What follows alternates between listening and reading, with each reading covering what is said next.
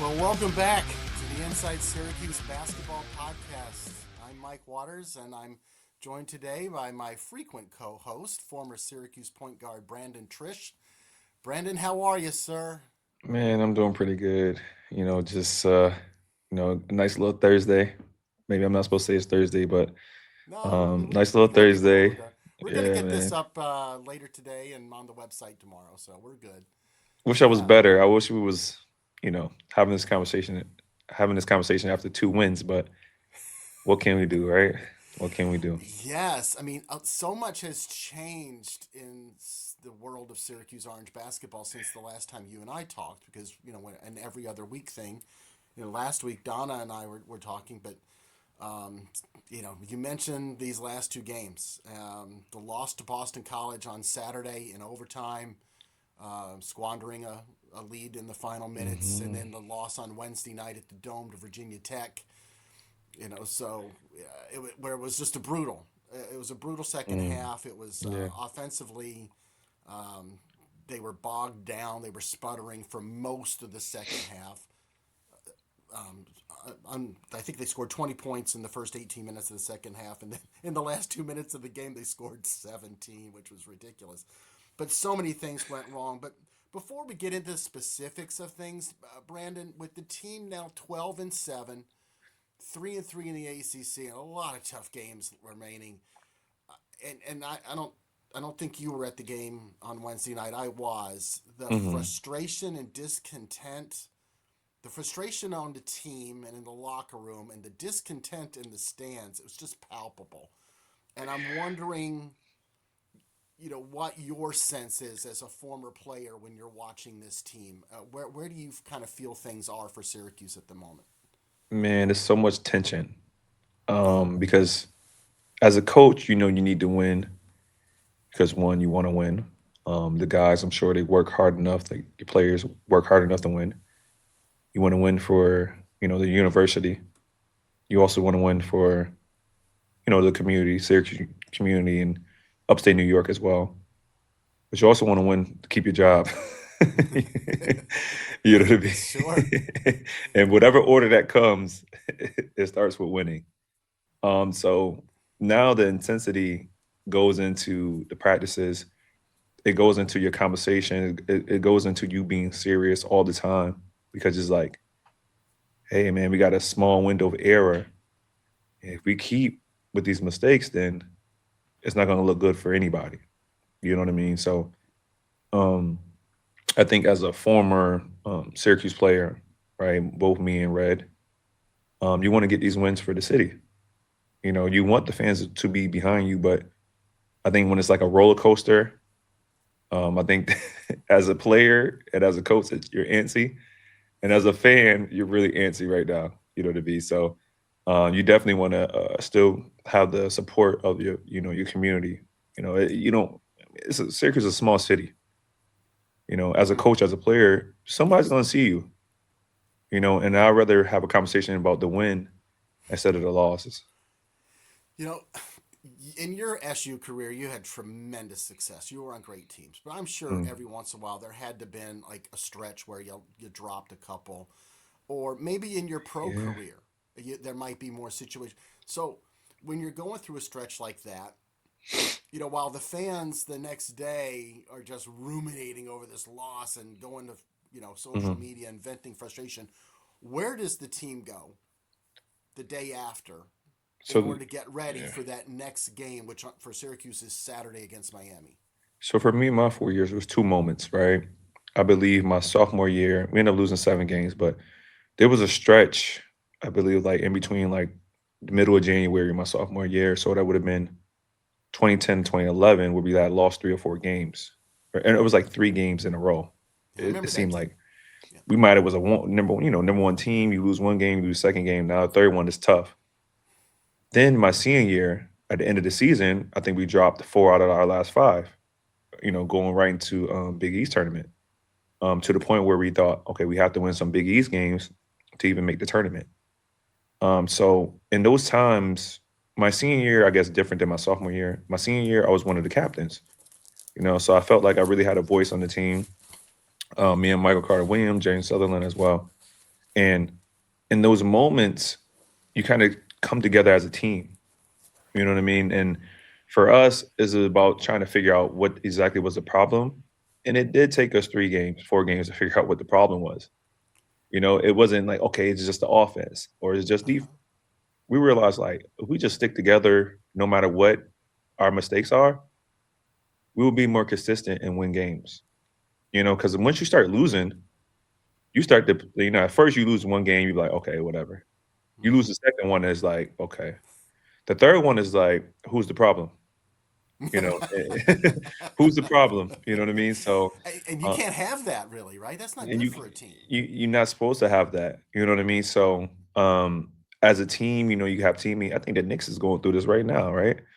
When you needed like maybe a team meeting, try to figure out where's the disconnect. What's the changes that's happening with the team, where we can get these wins. Syracuse has been playing solid basketball of late until these last 2 games, and it seemed like they only, I think, in their 7 losses, 6 of them been close games. Oh, absolutely. Only one game was a blowout, was Iowa State, but you got Boston College overtime, Virginia Tech, like you winning 35 minutes of the game, and then that happens. Hofstra, even some of their wins, Monmouth, right? So like you got Clemson was a 3-point loss. 3 point loss. You got Yep.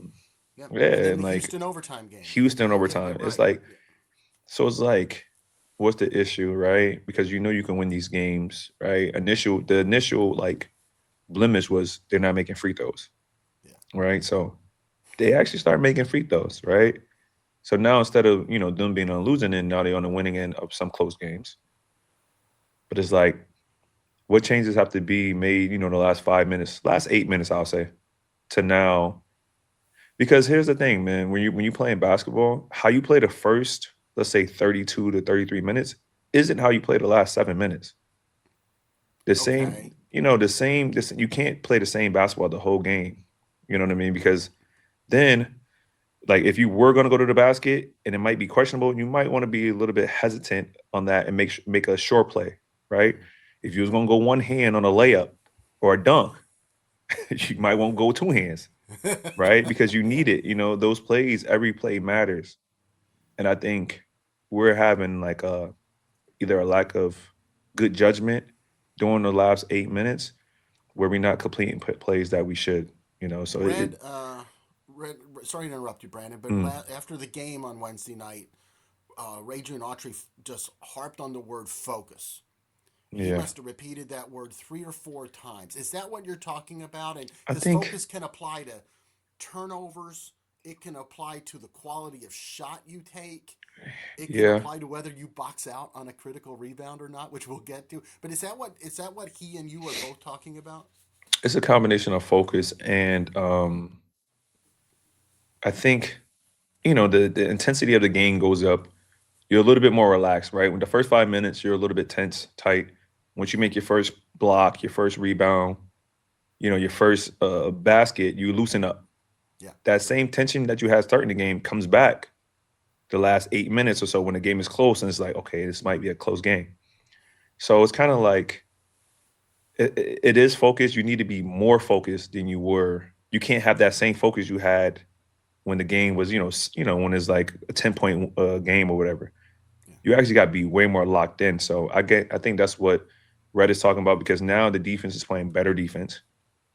Now you have some type of mental thing that's going on because now you're looking at that clock like, all right, they're getting closer, or it's like, okay, we need to make the play, we need to make a play. So, um, just to go off what Red saying, it is, it's being focused, it's being locked in, but it's also whatever the game plan is in that moment. I think as a coach, that's what you can live with. If Red says, "Hey, we're gonna double team the ball," don't make a judgment on your own and not double team the ball. No, do exactly what the coach say.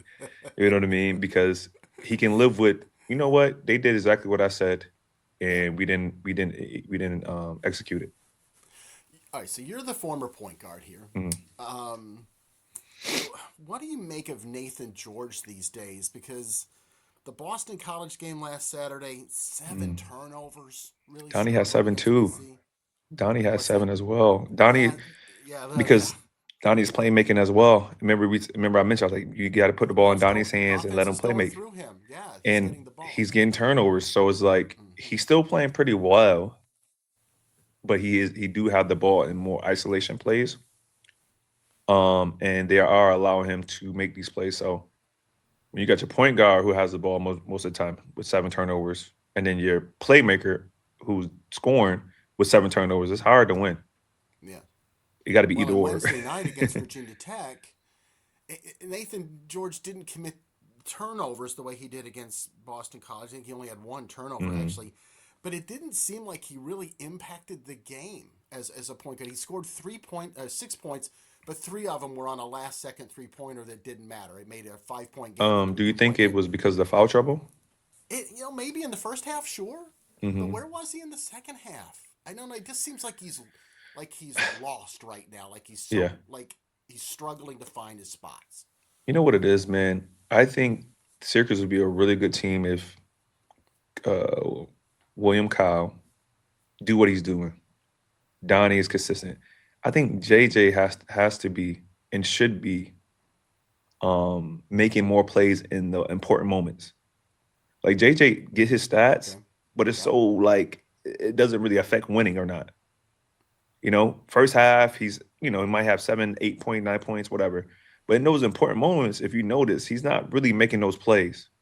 Like to If see they him need it, take over the ball instead of Nate yeah, George in those yeah, moments. like we're asking Nate George to maybe make plays, and I feel like JJ should be making those important plays. If not JJ, then it should be Donnie. I wouldn't And mind that. Yeah. then and then you pass the ball off to Nate.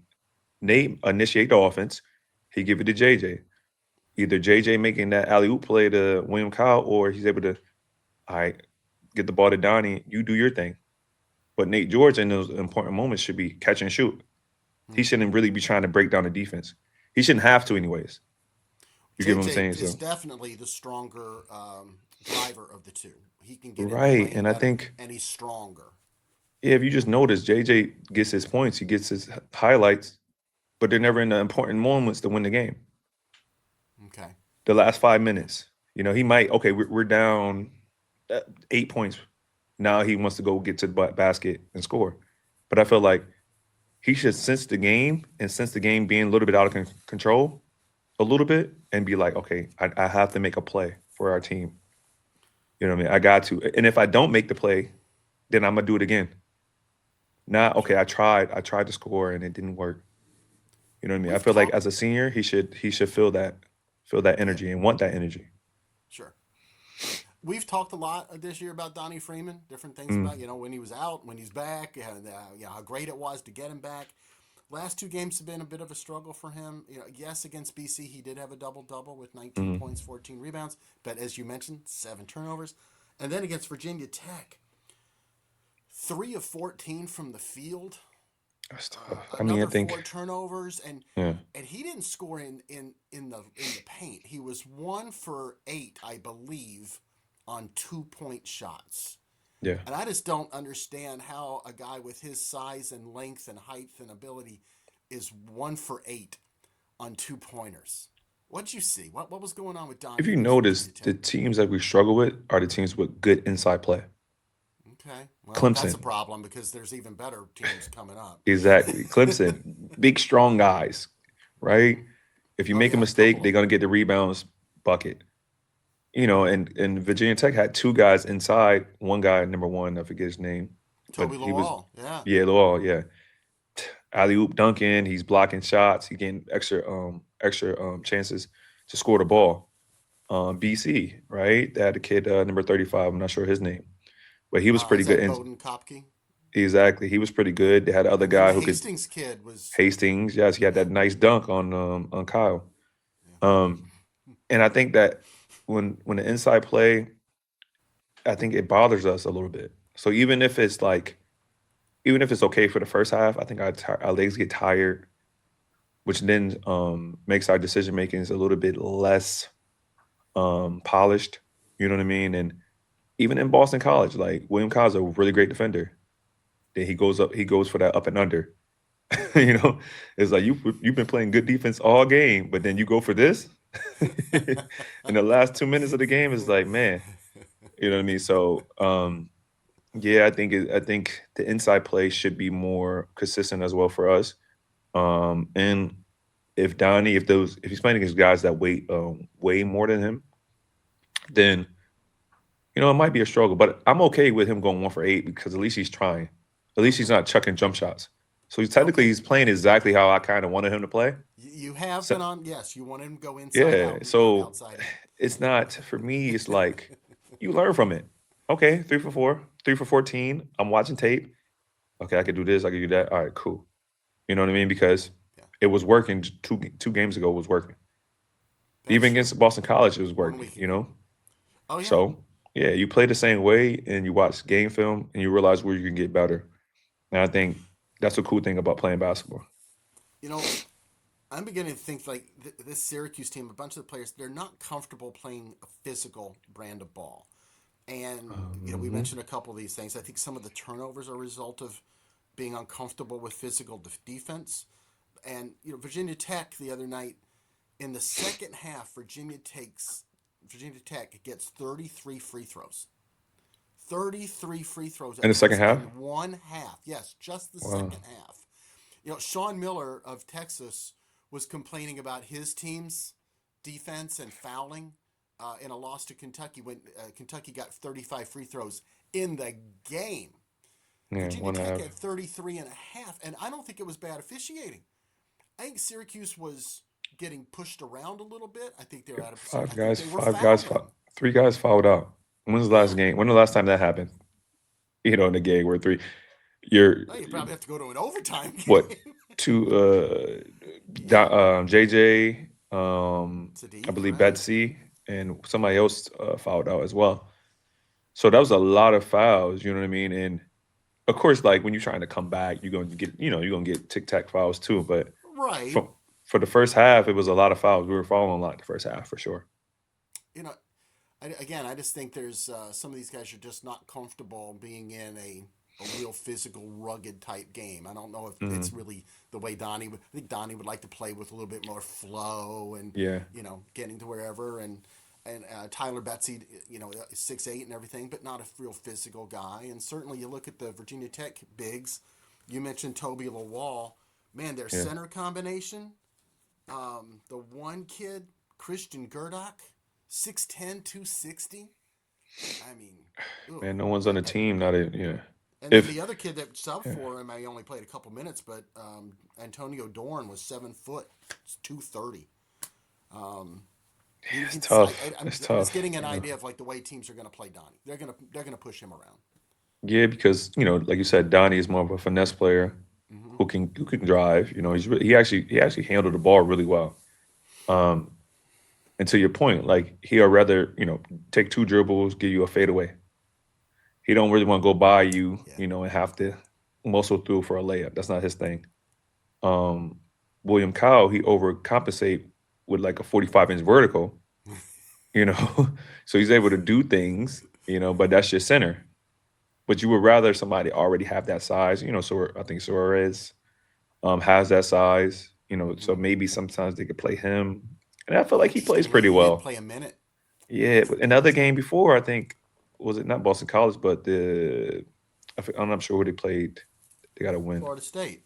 Florida The Four State. He played Peaks. Yeah. good. He played good that game. So sometimes it's combinations, but I All mean, right. yeah, So okay, Saturday Miami.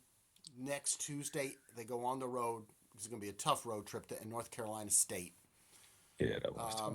And then Notre Dame the following Saturday. So they'll play those three games before you and I talk again. Um, You where know do what's they go? so here's the thing. Where do they go? Syracuse has a week, like a week scheduled, you know, like for them, all their tough games is at the back end. Oh yeah, and So it's listen, like, Miami's good. so all the Miami's games got you think like, okay, they definitely gonna get this game. They have to get this game.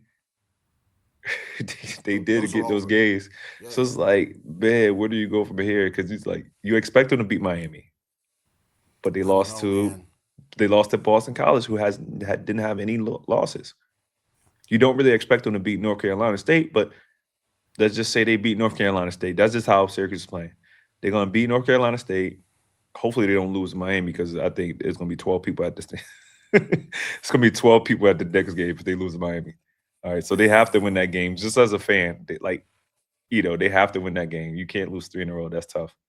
Well, and if they lose to Miami, that's going to be their third home loss in conference play, and Third that's not a in a recipe for row. success. To Third in lose a row. home 3 games games. in a row, and then you beat North. Like you like 3 games. Everybody should have beat. Clemson's tough. Okay, Yes. it's a throw up game. Boston College, you got to beat a team that's 0-3, 0-4. Mm-hmm. Um, this game, maybe Virginia Tech, you might lose, but you beat Florida State, you beat Boston College, cool. You might lose to Miami, but you have to beat Notre Dame. You might lose to North Carolina State, but you got to beat Georgia Tech. So like certain games you really have to win. You shouldn't win, but right now as a fan, you don't know what games you're gonna win. There's no for sure ones, which is like a tough place to be in. Yep, they have It's not to me, 6 people. road It's not to games people. I don't even left, think Brendan. their players I think.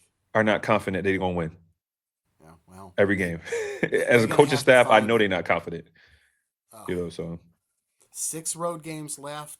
All of them qualify right now as quad one games. There's a couple quad one home NC games. State, This is Duke, the North Carolina. the How many easy times part of the schedule is over if there ever really was they an easy part of do the they play schedule. But Duke in North Carolina twice? Any other team twice? they play Carolina twice, both Okay. home and away. Hmm. That is the only team they still have 2 games left with. Duke is on the road only. NC State's on the road only, and Virginia and Louisville are both on the road only. And Virginia and Louisville are obviously both ranked in the top 25. Louisville is So, like Louisville. I think Syracuse beat Louisville because they I seen I them don't know. play flat. Well, we'll see if Louisville has Michael Brown, their point guard, back by Yeah, then, because then Louisville looks a lot different with Michael Brown, the outstanding freshman. right. They've been without him for a long time, long stretch now.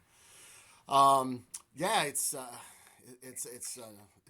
the times are tough right now up on the hill here in Syracuse, folks.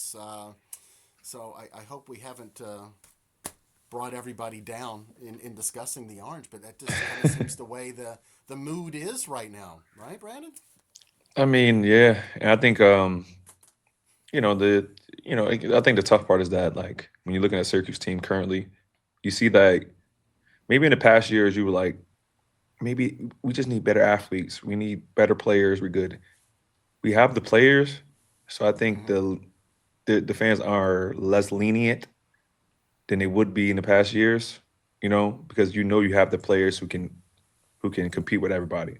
Mm-hmm. You know what I mean? So I I mean, think there's also yeah, just there's a built up frustration from a fan base that's so used to winning. This will could go down as the 5th straight year of not making the tournament. So I think, for you know, 5 years. patience runs thin. I don't think the fan base had a lot of patience entering the season. Mm, So I think that's kind of where a lot of fans are right now. They're kind of worn out and yeah, frustrated, and you knew Red Autry's frustrated as well. Listen, Red Autry's upset and frustrated when be that cursing. man drops an F bomb, because I know he'll curse in private, maybe in a practice setting, but in public that is a rarity. And when he dropped that F I after the think, Virginia Tech game, he's feeling yeah, it too. I think also he want to show everybody that he cares. It's not just what I Sure. mean, because maybe he's like, Red don't care, Red not doing this, Red not like, all right, I'm overly show that I don't care. Like you Yeah. also still want to maintain who you are. You know what I Yep. mean? Whether that's coaching, because like let's say if I was coaching, I would want to be like serious and not serious at the same time. But when you start losing, you only can be serious. It's like, all right, you know what? I didn't say nothing about that little turnover in practice. I'm yelling. Like, no, we not going for none of that. Like, what was that? All right, everybody run. Everybody run. Everybody on the line. Nope, we're not going for that. This is exactly what happens in the game. But before you were like, no, you guys will fix it. You know what I mean? So I intend on, I would Did think Bayheim that do that to you guys? I think he let us go. Practice was bad, so one time he let us go home because it was like turnover after turnover. He's like, let's just forget about this one. Everybody go home. No shots, no extra shots, nothing. Kicked Everybody you out just of the go home. gym. Yeah. It's like, it was like a turnover. It was like play, come back, turnover, full court pass, turnover. He was like, no, everybody, locker room. Like, what happened? Nah, practice over. Like, damn, all right. Can we shoot? No, practice going, I So, remember one time, I don't think it was in your part of your career, but there mm, was a practice that was going very poorly. And the whistle blew, and he took the team off the court, and they all went to the locker room. And they were in there for about 10 minutes. This is back when we were allowed to go to practice. yeah, Um, and then they were, it's like, geez, what's going on? Are they coming out? And about 10 minutes later, they came out. And you could tell. I don't know what he had said exactly, but he had basically hit the reset button on everybody. yeah, because, And they resumed practice. back, and a lot of people talk about like coaching and stuff like that. And I can not help but to think how many people are going to be on the team next year. That's just my thought process when I look at certain teams now. You're going way down the line already, I aren't you? know but it's hard for me not to think and like, dang, like if you're in a good coaching situation, because I feel like if anything doesn't go the right way, a player is like, you know what, I'm gonna try my luck somewhere else. Sure, the portal makes it easy. Yeah, it's like that. Even when certain players have good seasons, it's like I'm gonna go somewhere else. Hmm. You know what I mean? So it's like, man, I'm looking at it with the team, I'm like, all right, man. So it was awesome that Donnie and JJ stayed, and what those only two, right? Yeah, it's only two. That stayed. And Yeah. yeah, and I'm thinking about next year. I'm like, I don't know who's seniors, who's not, I don't know. But I'm like, dang, Well, who stays? Will, So Kyle, Nate, Kings, and JJ are your true seniors. your true seniors. So it's like who stays? Like Three of your who starters. who are in great situations where they want to be there, you know? Mm-hmm. And I think that's what's difference between like you coming to a situation for 1 year versus multiple years, because then you understand the culture, right? Yeah, It's hard to build culture when you only got one person, when you got a person for 1 year, and everybody's a 1 year player at this point. I totally agree. You can add Totally agree. four new players to eight people that been there, and then you'll see it. Yeah. You'll see what the culture is right when you get there. But now it's like all the players is new. It's like Yeah. it's hard. It's hard to get Yeah. the message through to those kids because it's like Sure. you know And you the know more so returning players you have, those are the ones that also indoctrinate the new guys into that culture. Sometimes the correct. Yep. players do a good job of that. I'm sure you did. Yeah, as a Yeah. 4 year guy and a 4 year starter. By the time Yeah. you were junior and senior, you were like the freshmen would arrive, and you made sure they knew what was Yeah, like expected. I knew exactly what the zone, like on this zone, like you want to get back here. If someone comes out, maybe you trap, maybe you get back, but after just stay low, arms out. You be able to get a tip pass. Yeah. Like, And all right, whatever stay you on the do, foul don't line. do Don't run this out. Don't because run out. coach You will gotta get get the mad. rebound.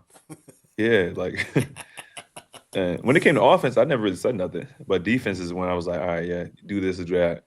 When it comes to offense, it's like, especially on the teams I was on, we were best when no one really said anything to each other about offense. Mm, But when yeah. we were like, yo, we got to compete on defense because we locked them up, we're gonna win. So that's playing to win versus playing for stats, Yeah. Well, right now Syracuse needs to play to win, and for often. sure. And it starts on Saturday. Game against Miami at the JMA Wireless Dome, 2 o'clock. The Hurricanes come to town. Brandon, listen, this has been a pleasure as always. You're terrific. Mhm. Appreciate you so much here on the podcast, man. Have a good weekend coming up, and stay warm. Of course. Thanks, Mike. Everybody stay inside. It's gonna be a snowstorm, guys. All right, we'll see you next time on the Inside Syracuse podcast, everybody. We'll take you out again to the tunes of Amathea. Yes, sir. It's Lifeline. Syracuse needs one. See you next time, folks.